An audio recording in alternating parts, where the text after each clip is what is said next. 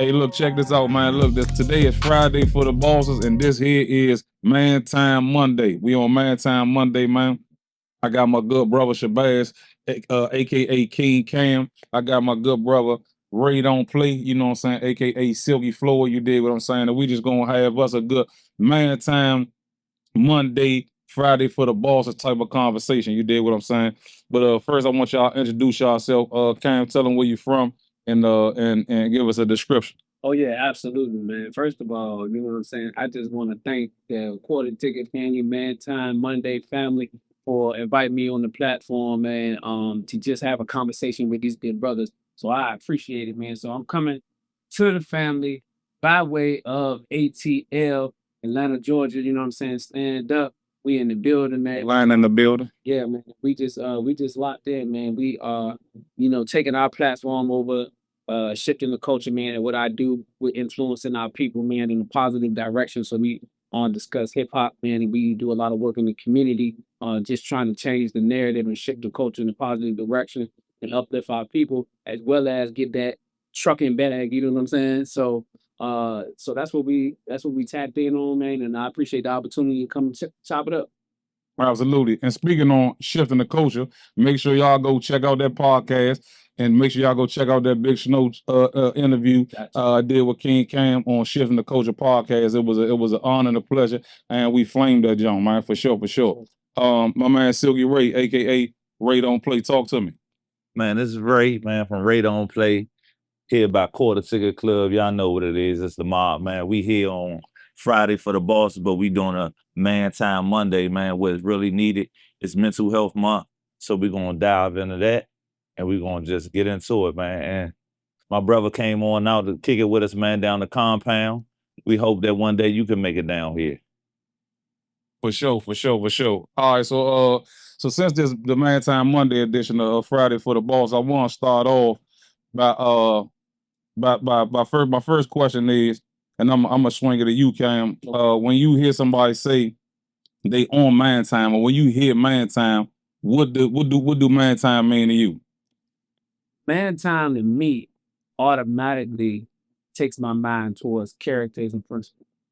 Um, and I quoted a book yesterday on my Instagram, entitled "A Well-Made Man," and it's written by Brother Nuri Muhammad. But in it, he talks about the example, from Minister Farrakhan.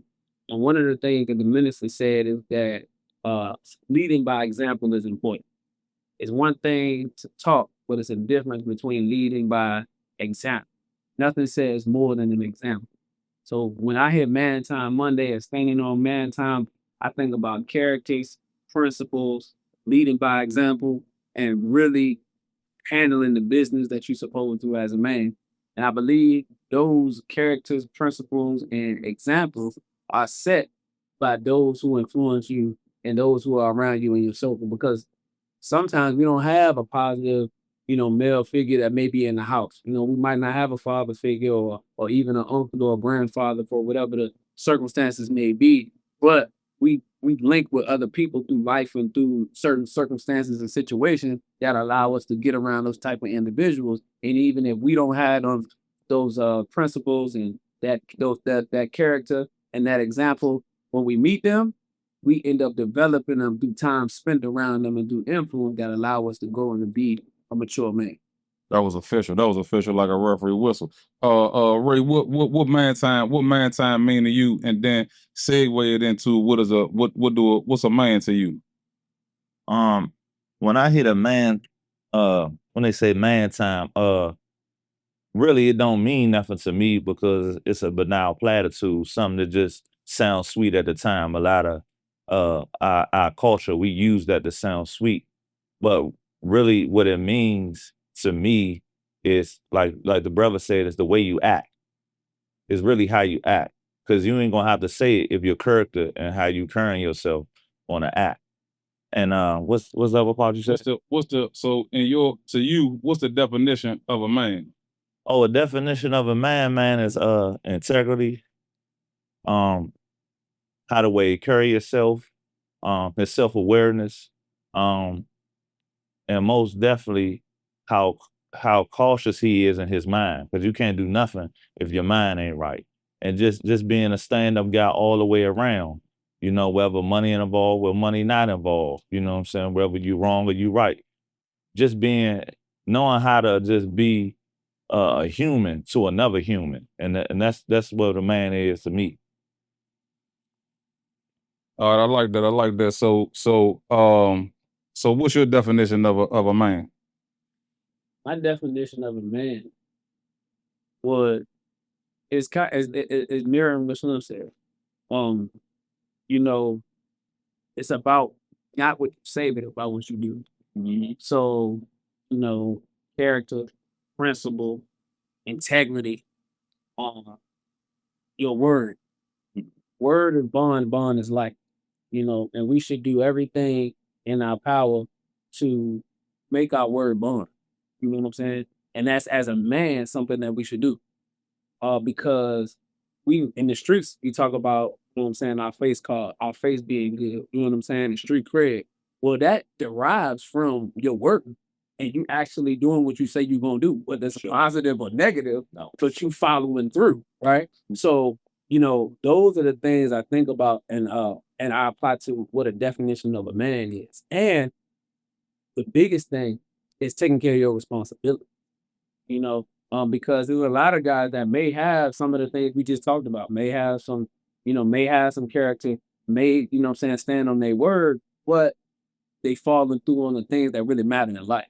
Like taking care of your family, taking care of your children, preparing relationships that you have with the women that you had children with, because a lot of times I hear a lot of guys talk about the women that they had children with, and they put a lot of the blame and the accountability on the women, but they act like they didn't have a part to play. And as a man, you're supposed to show the most responsibility, even if she off the chain, even if she ain't in her right mind, even if she ain't doing what she's supposed to do. As I'm saying, you supposed to set the atmosphere. You got to level that whole situation up. So when you come into contact with guys and they have some of that, but they allowing the responsibility part to fall off, then that's as a brotherhood and as people that's hanging together as a group and even as a culture, it's our responsibility to pull them to the side and say, look, this is what we need to work on. This what this is what we need to do, and this how we can make this aspect better, because all of that is a part of being a man. 1,000%, 1,000%. You spoke on something about us having street backgrounds. I know all of us been to the streets and been incarcerated and stuff like that. How has your background, your coming up and being incarcerated shaped where you are now as a man? Man, that's a great question, because I believe for me, it allowed me to slow down and really think about my move. Before I was incarcerated, the decisions that I made, I didn't take into consideration those who it affected. I didn't even take into consideration the effect that it could have on me on a long-term basis, because I was only thinking about the now. Another thing that I believe that I took from that and I was able to learn from that experience was accountability. Because the minute I knew I wasn't coming home right then and there, I had been, locked up for, little things, driving on suspended license, or, little petty things. You can go in, grab a bond, get out, same day type of situation. But once the judge told me no bond, and I had to sit up in that bad boy, I'm like, no, how did we end up here? I was just outside a couple of days ago. For sure. You know what I'm saying? So now I'm sitting in all my decisions, and I'm just thinking now, retrospectively, I'm reflecting back on how did I end up in this present moment, and I had nobody to put that on but myself, because you always got an option to make another type of decision. For sure. You see what I'm saying? For sure. So again, as men, you gotta kind of understand how you shoulder all the responsibilities of the decisions that you make, whether good or bad. So that's why it's important to make good decisions. Absolutely. Because you got to understand, if you make a bad one, you got to hold all of the accountability for what's coming after that too. Absolutely. So that was the biggest thing for me, was understanding the accountability factor of how I got myself in that situation, and then moving forward, making better decisions that would allow me not to put myself in a negative spot, but put myself in a positive spot. Absolutely. No, that was deep. So Ray, so how do you think your upbringing in jail affected you as the man you are today? Um,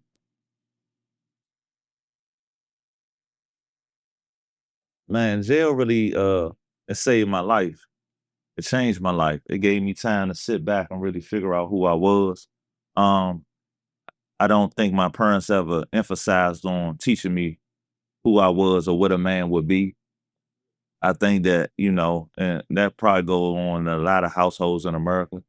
It gave me time to really educate myself because I didn't just you get bored. So I did a lot of reading. Um, I educated myself. It helped me find out who I am. And then I wanted to touch on something that helped me to figure out what is right from wrong. Because a lot of time, even consequences we make cool. And I think that I went down that rabbit hole with thinking that the street life was cool and the consequences of that was cool. And two, I started to understand that through history, it's been some Black men who have went down my path, but also they use prison as college. Yes, sir. And that's what I kind of modeled around each time I went to prison. And it's a product of what I am today and how I give back to my community. Now I know we talked off camera about what I want to touch on is what you think that is holding us back, specifically men holding us back from making that change. So when we come up in certain environments, then we end up in certain situations, and then we make it out of that, and then we try say the legit route or something like that, or don't try at all. What do you think is holding men back from one making that transition and then staying the course to keep it that way? Well, the seven habits of highly effective people by Sean Covey, as I was doing some studying yesterday, really went to a deeper understanding, gave me more deeper of an understanding about being proactive, about your circle of influence. And you have a proactive person and you have a reactive person. So I think that whatever you're around, for instance, Snow, my man, we've been in together. He came home and changed his life while I was still in. But he planted the seed early on while I was in studying. So when I came home, naturally we wasn't seeing each other every day, but he planted that seed. So I'm like, all right, I'm gonna just get a CDL with he get some money. Yes, sir. So that was my circle of influence. I didn't really complain about like, oh, the world going this way, is this way. It's hard. I just got out. This is my third time coming home from prison. So I don't really got no excuses to really give. I just got to make it happen. And then you have a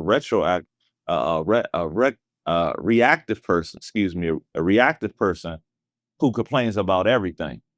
They don't see the possibilities in their mind. Their perspective is cloudy. So your circle of influence, and that comes from your girl, your family, your environment. So you have to have some positive people around, like you said, to be an example. You have to see somebody that look like you and be like, man, Dad, if he can do it, then I can do it.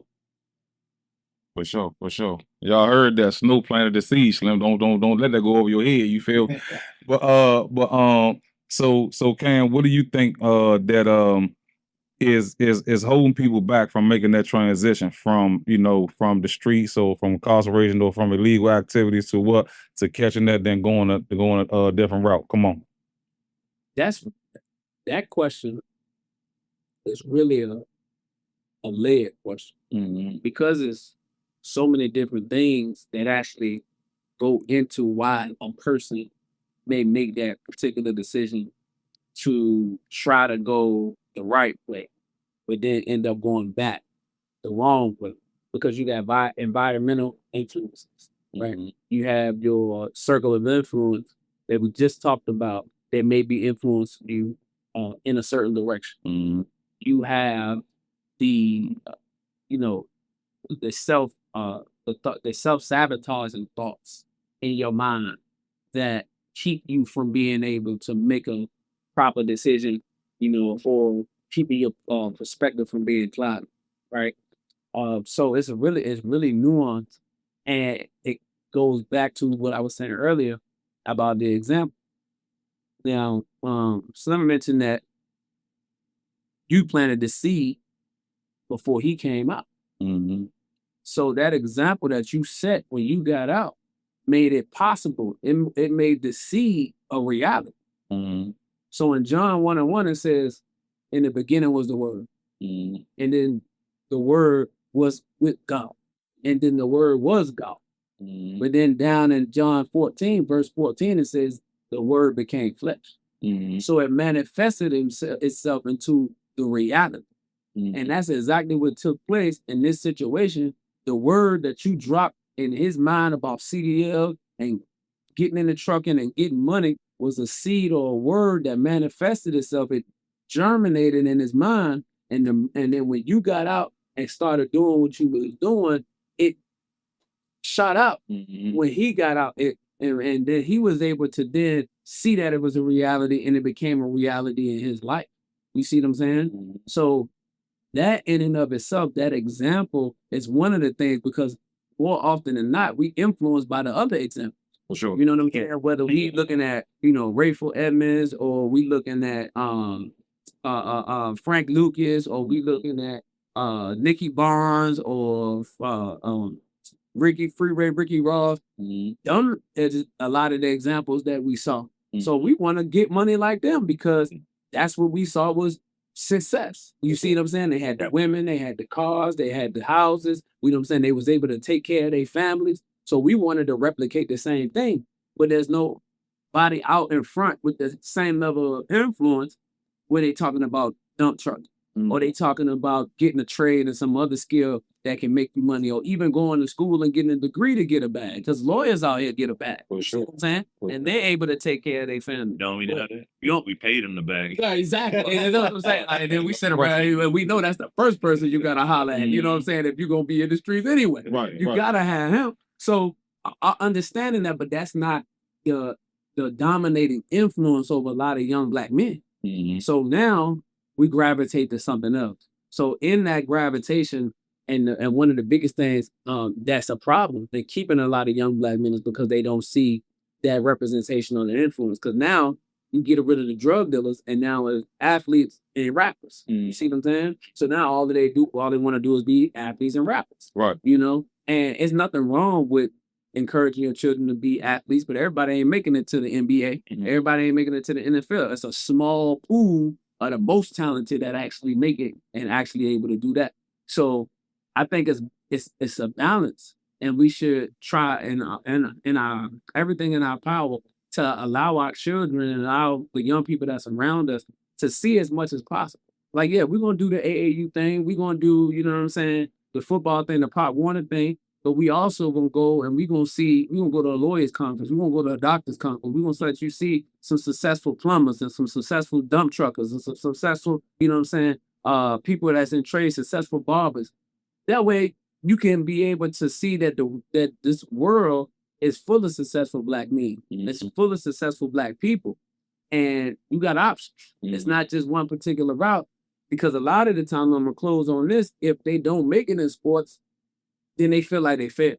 Right. For You sure. see what I'm saying? For sure. And it's like, nah, you didn't fail, because it was a lot gained in that, and God may be shaping you through your experiences in sport to take those same principles that you learn on the team and apply them to your business For as sure. an entrepreneur, and be able to build team now and build staff and build everything so that you can scale your business and be successful like that. So, it's a lot of different things that go into the that keeps us from making those good decisions, but being able to increase the level of influence in a positive direction, I believe will start to change the ideas and the mindset of the young people.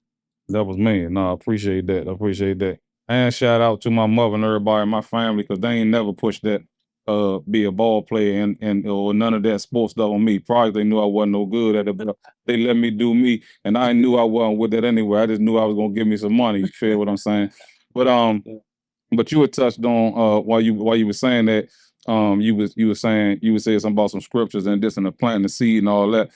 So my next question is for Ray. So if any, what how did faith, belief, and or religion play a part in your coming up to the middle to now, just anything? How did faith, belief, or religion play a part in your life? Um, well, I ain't really have a choice, but I definitely with the church.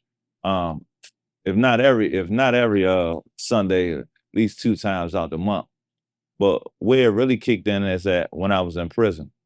And that's when the meat and potatoes got that's when it got good. And I think that on my second incarceration, I was down JCI, and I learned a lot about the Bible.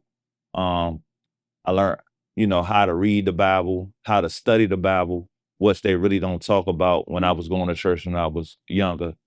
And on my last incarceration, um, I was walking around a rec hall, and I was studying for the CDL. Right, I was just doing a rock of reading. So some brothers from church pulled me up, and they said, "Well, a couple of us about to transition out because it's pre-release. We want, a certain amount of brothers to run a Bible study." And that was one of the most hard things to do because I learned about the religion, and then it's harder even to learn how to teach the religion because you also have to live it because people watching you.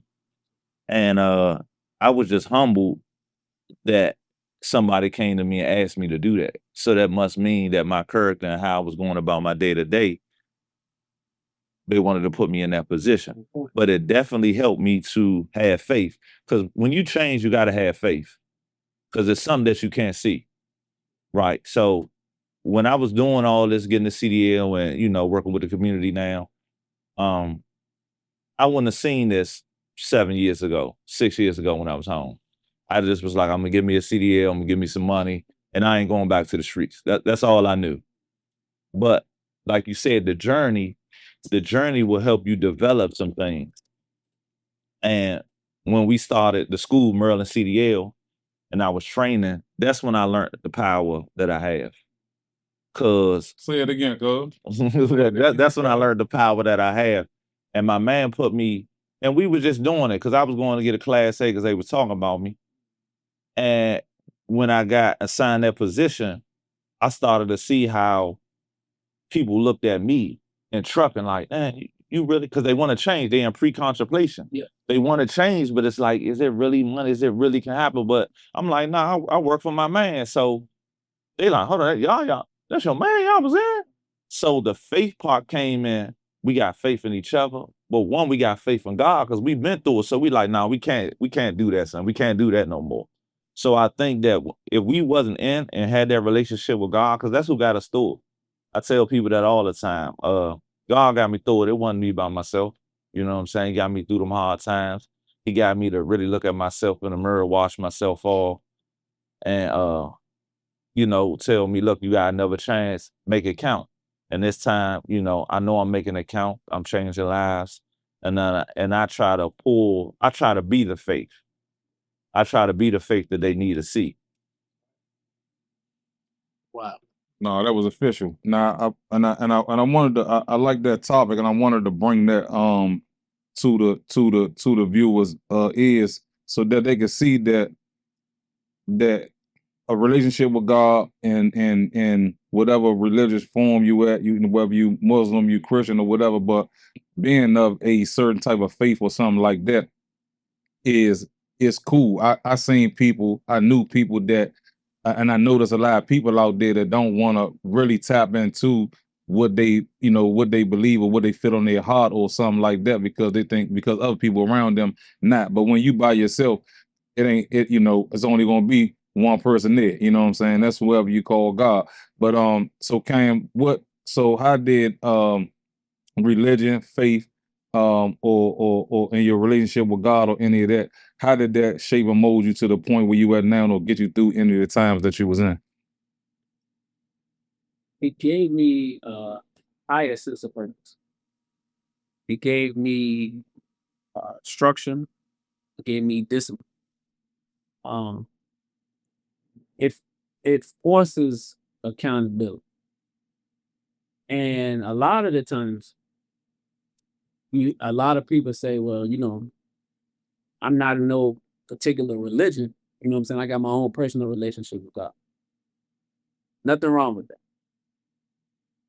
However, one of the beautiful things about being a part of a larger group is that there are others who are striving for the same goal that you are. And now, because y'all together, it's going to force accountability. Because if we trying to get to the same goal and I see you lacking, I'm going to pull up on you and say, hey, what's up, bro? Or what's up, sis? I see, you know what I'm saying, kind of saying X, Y, and Z. How can I help? You know, how can I help you, you know what I'm saying, with that particular situation? Whatever it may be, right? So it's a collaborative accountability that's there because you're a part of a something that's bigger than yourself. So, and to Ray's point, growing up, I didn't have no choice but to go to church. You know, and I talk about this all the time online. You know, people talk about now, you know, they try to downplay the church. They want to highlight, you know, the pastors that doing things that they're not supposed to do. They take things that pastors do out of context to try to put the Black church or church in general in a bad light. And I always push back against that because you always got a few rotten apples in the bunch. But that doesn't say that the whole crop is bad. And church foundationally, number one, Black liberation and the Civil Rights Act that people are talking about, the dismantling of that just took place a few days ago, in the Civil Rights Act that Martin Luther King fought to have put into policy, that came through the Black church. You wouldn't have none of that if you didn't have the Black church and the Black pastors who utilized the Black church as a vessel for our freedom and our liberation. Talk to him, man. To have meetings away from the plantation, we went to the church. When you was trying to escape the plantation during slavery, you went to the church and you went to the pastor. When you needed to when you was in trouble in the community, your grandmama and your mama called the pastor and the pastor went and bailed you out of jail. Good God Almighty. You know what I'm saying? So he went and handled that business when there was nobody there that could handle that business. So, you know, I don't know if we got selective amnesia, we haven't done the history, or we allowing somebody else to write the narrative on the Black church, but the Black church is pivotal to the liberation movement of yesterday and today. The deacons of defense, those was brothers in church that was handling the business of making sure that the civil rights leaders was protected in a manner so that those who was opposed to them or against them wasn't able to get them or wasn't able to kill them, because character assassination and physical assassination is part of the enemy's plot of any of our Black leaders who strive to get us to rise in consciousness and to see us in full freedom and liberation. So the deacons of defense was out of the Black church. Martin Luther King, Black church. You know what I'm saying? Ralph Abernathy, Black church. Jesse Jackson, Black church. Nat Turner, Black church. You see what I'm saying? So if we real about it, we got to understand the cultural significance of that. And today, if you look at a lot of the children today who their parents don't take them to any type of church or to any type of organized religion, see where their sympathy level is for, you know, the hurt and the pain and the violence against other young people. Because you got 12-year-olds commit murder against other 12-year-olds. You got a lot of young people killing each other. And the minister said that is because their heart has been turned cold.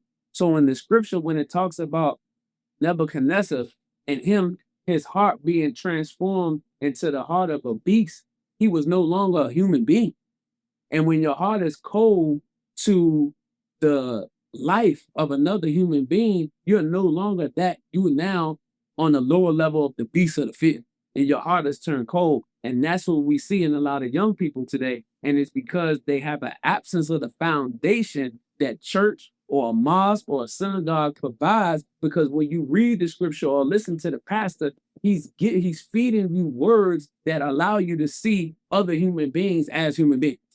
So growing up, yeah, we was doing stuff we weren't supposed to do, but we had a line that we weren't going to cross. You know what I'm saying? Like the only way that it got crossed, it had to be something coming our way that it was inevitable. You see what I'm saying? Like I had to feel like my life was in danger. But now you see people killing for fun. And then they rap about it and put it in the music and talk about how many bodies they caught and talk about smoking the dead homie. They smoking on their homie pack and digging up the dead homie to kill another dead homie. It's just disrespectful. And it's just Dig up the homie. dig up the homie, smoke the homie, and then kill him again. It's just outright disrespect. But above and beyond the disrespect, it is a lack of value for human life. See, we value jewelry, or we value cars and value money that's made out of paper that got a dead white president on it. And we'll kill somebody over that. But you don't have no problem shooting or stabbing your brother or sister and then watching the life leave that human being.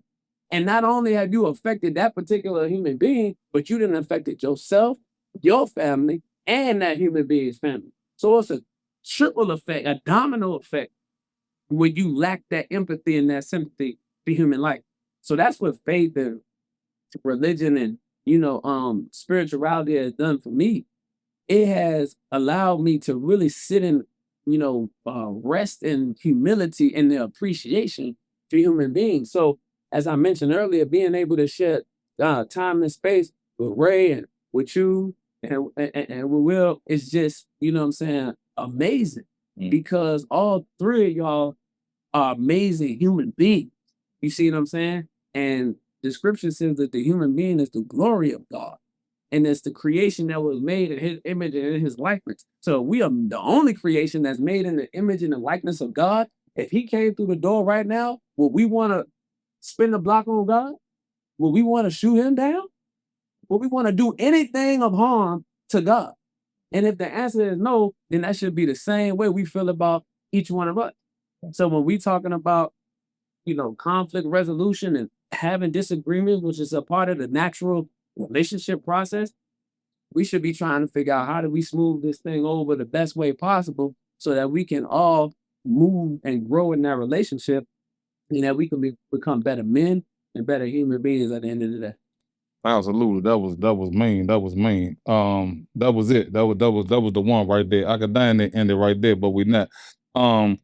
And to add to that a little bit, I feel like when it comes to religion and stuff like that, I always say, because you said something about people be saying they they got a relationship with God, but they don't have no religion or something, subscribe. My personal take on that is, so your relationship with God come first, but how can you strengthen that if you don't have no textbook or you don't have no people that's on there, you don't have no crew. I say if you don't got no crew, you don't have nobody to, you just saying you got a relationship with God and you just willy-nilly out here. It's just really something to say. Yeah, it's something to say to dump the smoke. Yeah, it's just like what Ray was saying earlier about man time. Like it's just something to say and something that sound cool. You know what I'm saying? Exactly. The way to be able to, to not have no accountability and try to keep people off your back is to say, no, you know what I'm saying? I'm spiritual. I got my own relationship with God. But it's really like, nah, you really making an excuse. Right. You know what I'm saying? You're really making an excuse to not be the change that you want to be. For sure. You know what I'm saying? Ray mentioned that earlier. I want to be the change that I want to see. You see what I'm saying? For sure. So in order for that to happen, bro, you got to really be committed to what it is you say. But if you ain't got nobody that's going to help make you accountable for what you say, then you go home when it's just you by yourself slacking off and work over there, you know what I'm saying? Sure. Because can't nobody hold you accountable to that. You see what I'm saying? I wanted to expound on that a little bit. A lot of people, when I say this, prison taught me going to prison and reading the Bible and going to church, right? It gives you principles. So I tell everybody who's Muslim, it gives you a moral compass to follow.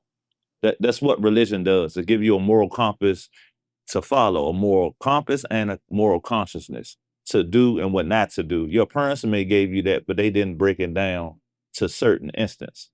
And I tell everybody, people who make that, I say, well, what book do you study? Because you got to study out of some book or you study out of multiple books, right? Yep. Because all that does is tell you to be a human being.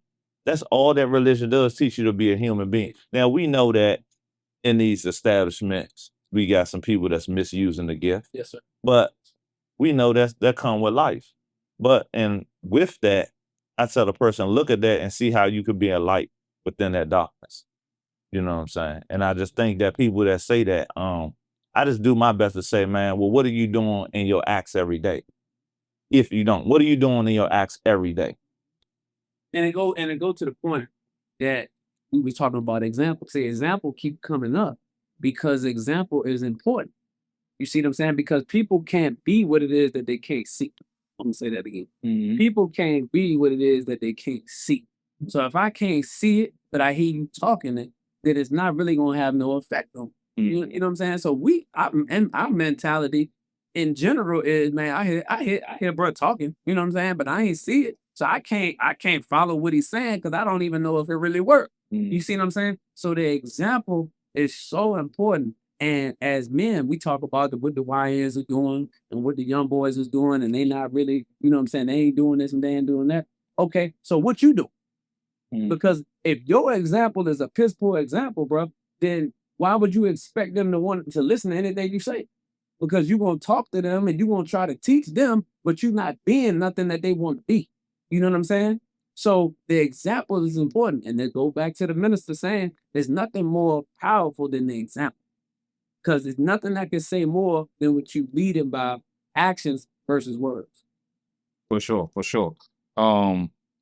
So I know was deep. I mean, I feel like I ain't even gonna. I'm gonna move to the next one because I'm gonna get the clicking on that topic. I give my, you know, I'm gonna go off. I want to expand on it Go a little bit. Hey man, thank you for bringing that up, man. Because you know, I work in the community now, and that's what I do, right? And I'm a mentor, and I work with a lot of kids that's committed to DYRS, and that's Department of. So real quick, that was my segue. So let me say. Okay.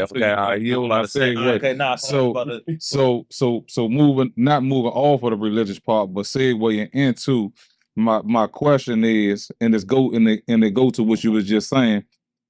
Mental health, the state of the youth right now, and the adults. I want you to touch on the mental health, the state of it now, and where we need to go with it, and what we need to do to get that. Touch on the mental health part and all that. For one, as elders, everybody that's because the youngest say, yeah, man, you did that 19 BC, meaning you did that before the 2000s. No, this what the youngest saying. So really, me and you, we old heads. They call me OT. Yes, sir. But we look younger than them. We look like them. Right. So just with that, you don't even know by the way you look. They admire you. No, I can show you right now. No, OT. But look, I made it. So I'm not. That don't offend me. I made it because you might not make it. Because that's how they thinking. With the mental health with the youngest, the rap music is doing a damage on our community. The lack of men that step up. I don't see a lot of men that step up. I deal with a lot of mothers. They tired, they beat down. The lack of food deserts that we have, because that also plays on your mental health. Not being able to have maladaptive coping skills with what you talking about. My first thing is to kill. That's my first reaction. I don't got like a bluff game. I don't got like nothing. It's just, I'm a kill. I don't care if I go to jail today. But I'm a rap about it, and what's being glorified on the internet. All that affects our mental health because we seeing that. They pumping that. That's a mass production they pumping in our minds. So kids think they have to emulate that. They don't see a guy like Snow who has a family, leading the trucker business and doing that. You know, that's why I do my best to bring my man out because, man, he be like, nah, he don't look like a six figure, but it's called a ticket. It's named called a ticket. Like because you think that you gotta have the jury and you do that for the youngest to think you get money. Hey, hold on real quick though. This court, I mean, it's called the club called the ticket. Yeah. You bailed off at Yeah. I'm all No, for sure. You had to give him that. All right, you know what I'm saying? But look though, and that's facts though. But all that goes and that's the mental health part. But what we need to do with the youth, man, we need to love on the youth, man. We need to act like we wasn't once them youngins. And a lot of dudes be like, man, I don't want to deal with the youngins, man. They too wild. I said, man, I was way wilder than them. They only, because they couldn't think. I could think, because I'm trying to get away. They not thinking about getting away. They don't care if they live tomorrow.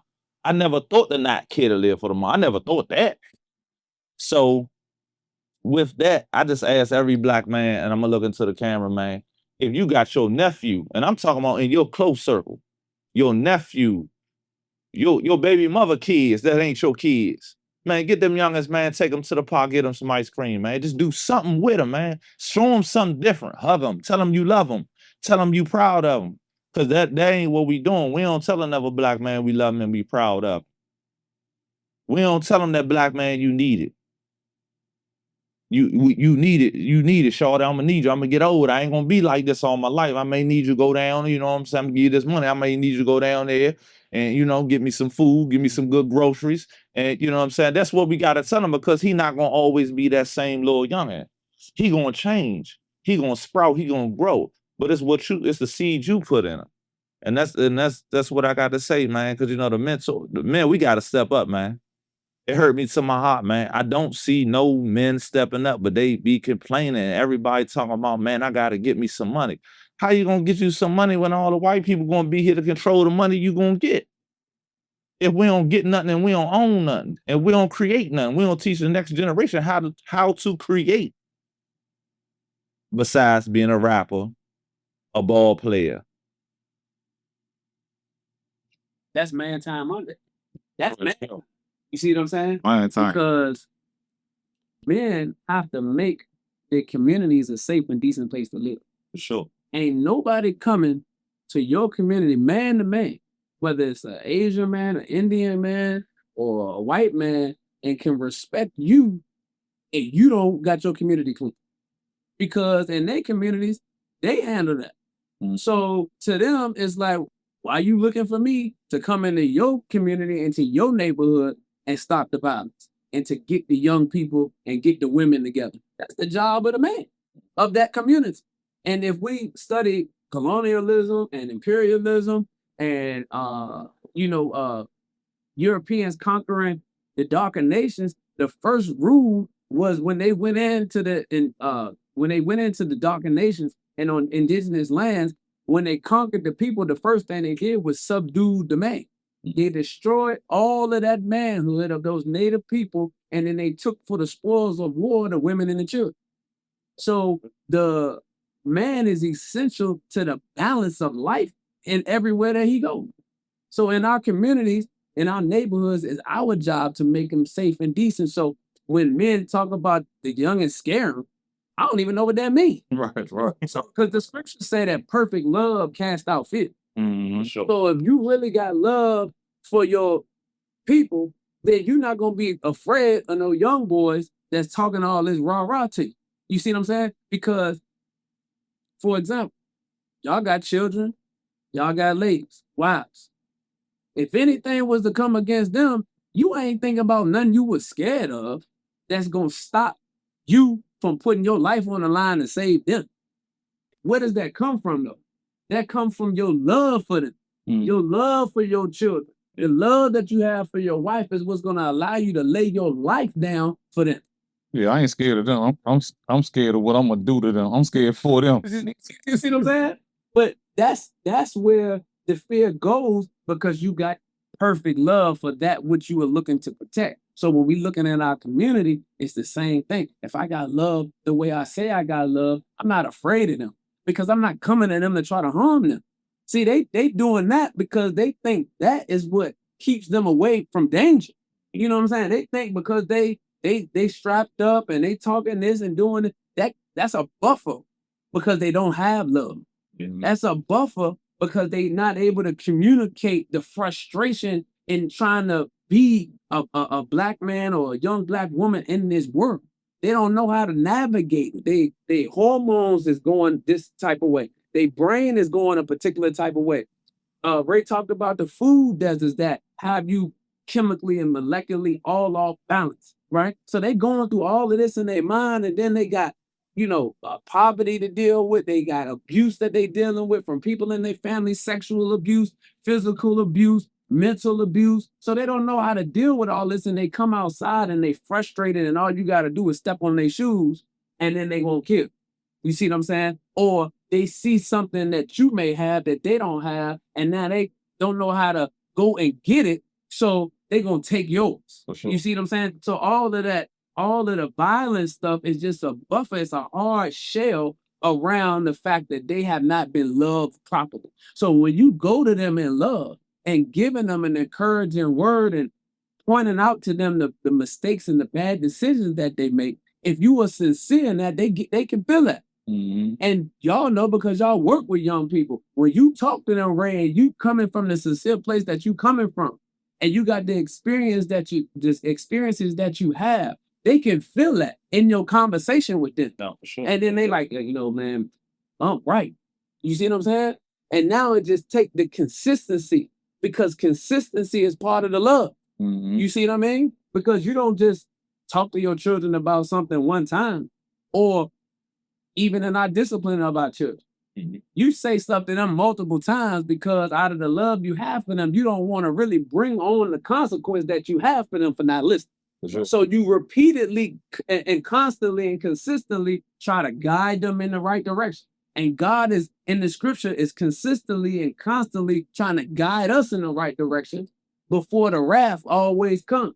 Because when we look at Abraham, Noah, when we look at Jesus, they were always talking about the wrath of God coming if we didn't change our ways, right? So God always raises up a messenger for those people to try to get them on the right path out of the love that God has for the people before the punishment comes. Mhm. And that's the same thing that we do with our children. And it's an example, and it's extension of our love that we have for them. Mhm. So when the scripture says perfect love casts out fear, I don't understand when we shy away from our responsibility as men and the work that we have to do in the community. Because if we love the way that we say that we love, then it's nothing that's going to scare you from stepping up to the plate and handling your business.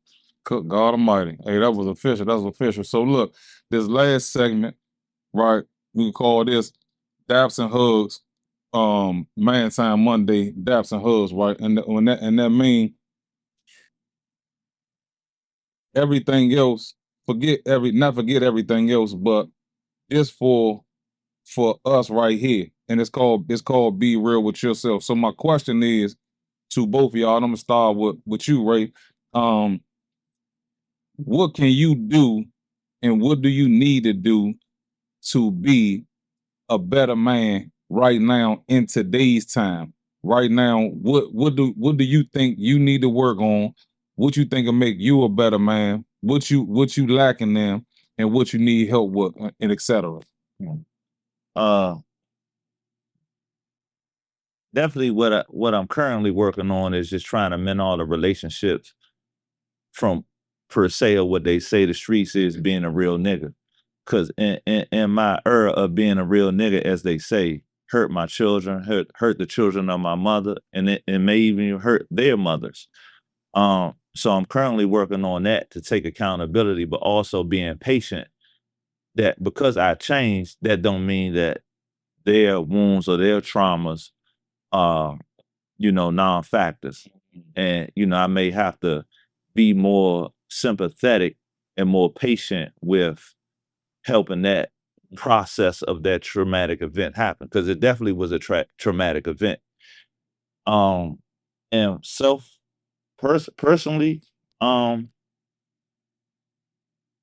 creating my craft more, putting myself out there to more than just my outside area. Peoples from different states, from even different countries, just to spread the love throughout other communities that may be suffering just as they are right here in PG County and the District of Columbia. Daps and Hugs, Man Time. All right, so Cam, so what do you think that you need, that you could work on to become a better man? What you struggle with, or etc. Man, I always have the mindset of strive. You know what I'm saying? Constantly striving to just be 1% better than I was yesterday. So we have these self-improvement books, and the title is Self-Improvement is the Basis for Community Development. So in order for the community to develop, you first got to improve yourself. Correct. So for me, it's just staying constantly in the mindset of self-improvement, sitting back at the end of the day and analyzing where I could be better at from, perspective of that day, where I could have been a little bit nicer to this particular person, or I could have, articulated this better to my wife. I could have said this better to my children, right? So just sitting back and analyzing ourselves, on each aspect of our lives and how we can just be better, better human being, Ray and me talked about earlier. So yeah, that's what I think. I think, man, just overall, in every aspect of life, is how do we be better, and using whatever tools and resources that I have, to be a better person and improve myself, self improve. That was official, man. That was on hold. The hood, Yeah, man time, man. So listen, man, that wrap up this version of Man Time Monday, man. Shout out to Kam for coming through, man. Always a pleasure, man. Came from straight from the A. Shout out to my man Ray, man. Silky Ray, straight off the You gotta plane. say that part. He came straight off the plane, straight to the QTC compound, man. Straight to the compound, man. I ain't checked in the hotel yet. He ain't checked in the telly yet. You feel? Bags on me and all. Straight up, man. He got the bag. He ain't talking about them bags that y'all talking about, man. Yeah, he got luggage bags, man. Them youngest, you know what I'm saying? We gonna flame you up. We come down here looking for some bags. But man, it's an honor and a pleasure, man. To have you, man, on this Man Time Monday. Make sure you send it to your baby mother, send it to your baby father, send it to some young dudes that need to hear it, man. Send it to some old dudes to hear it, man. Tap in, man. Man Time ain't just a little quote that they throw around, man. Man Time is really what y'all need to be standing on, man. And it's bigger than just a little slogan, man. So that's all I got to say, man. I'm Big Snow from the Quarter Ticket Club. This King Kam and my man Ray. And salute, man. You want to get your CDL? Make sure you tap in. You want to get in a dump truck game? Make sure you tap in. You need your credit fixed? Make sure you tap in. You got mental health issues? Make sure you tap in. Anything you want, it's a one-stop shop Quarter Ticket Club, man. We going up the QTC way already. What's going on, family? It's your brother King Kam, and I'm live in the building at the Quarter Ticket Club compound with my man Nate, aka Big Snow, and my man Silky Ray. We in the building, man, talking big dump truck money, as well as Man Time Monday, man. And shifting the culture is what we trying to do, man. And what we doing is we elevating the culture, shifting the mindset, and changing the narrative. So make sure you tap in. It's your brother King Kam. Let them know. This Ray from the QTC Rectify All Youth. Hey, look, man, I want to tell you one thing. Look, perception is reality. Reality is not perception. So listen, understand one thing. It's Mental Health Month. Do one thing to keep this thing on top of your head. Keep it clear. Keep it focused, man, because you can't do nothing. If that's not clear, you can't do nothing. You can't save your family. You can't live the life that you think you want until you think it first. Now look, check this out, man. Money might can't buy you happiness, but it'll get you so close you can't tell the difference. What I mean by that is, man, the devil, he got two tricks. The devil two main tricks, man, is the fear of poverty and the fear of death. I can't help you with the fear of death, but man, you come over here and lock in with us, man, get your CDL, get you some trucking money, man. We can knock out that fear of poverty, man. Because a G a day, it keep the poverty away. Snow.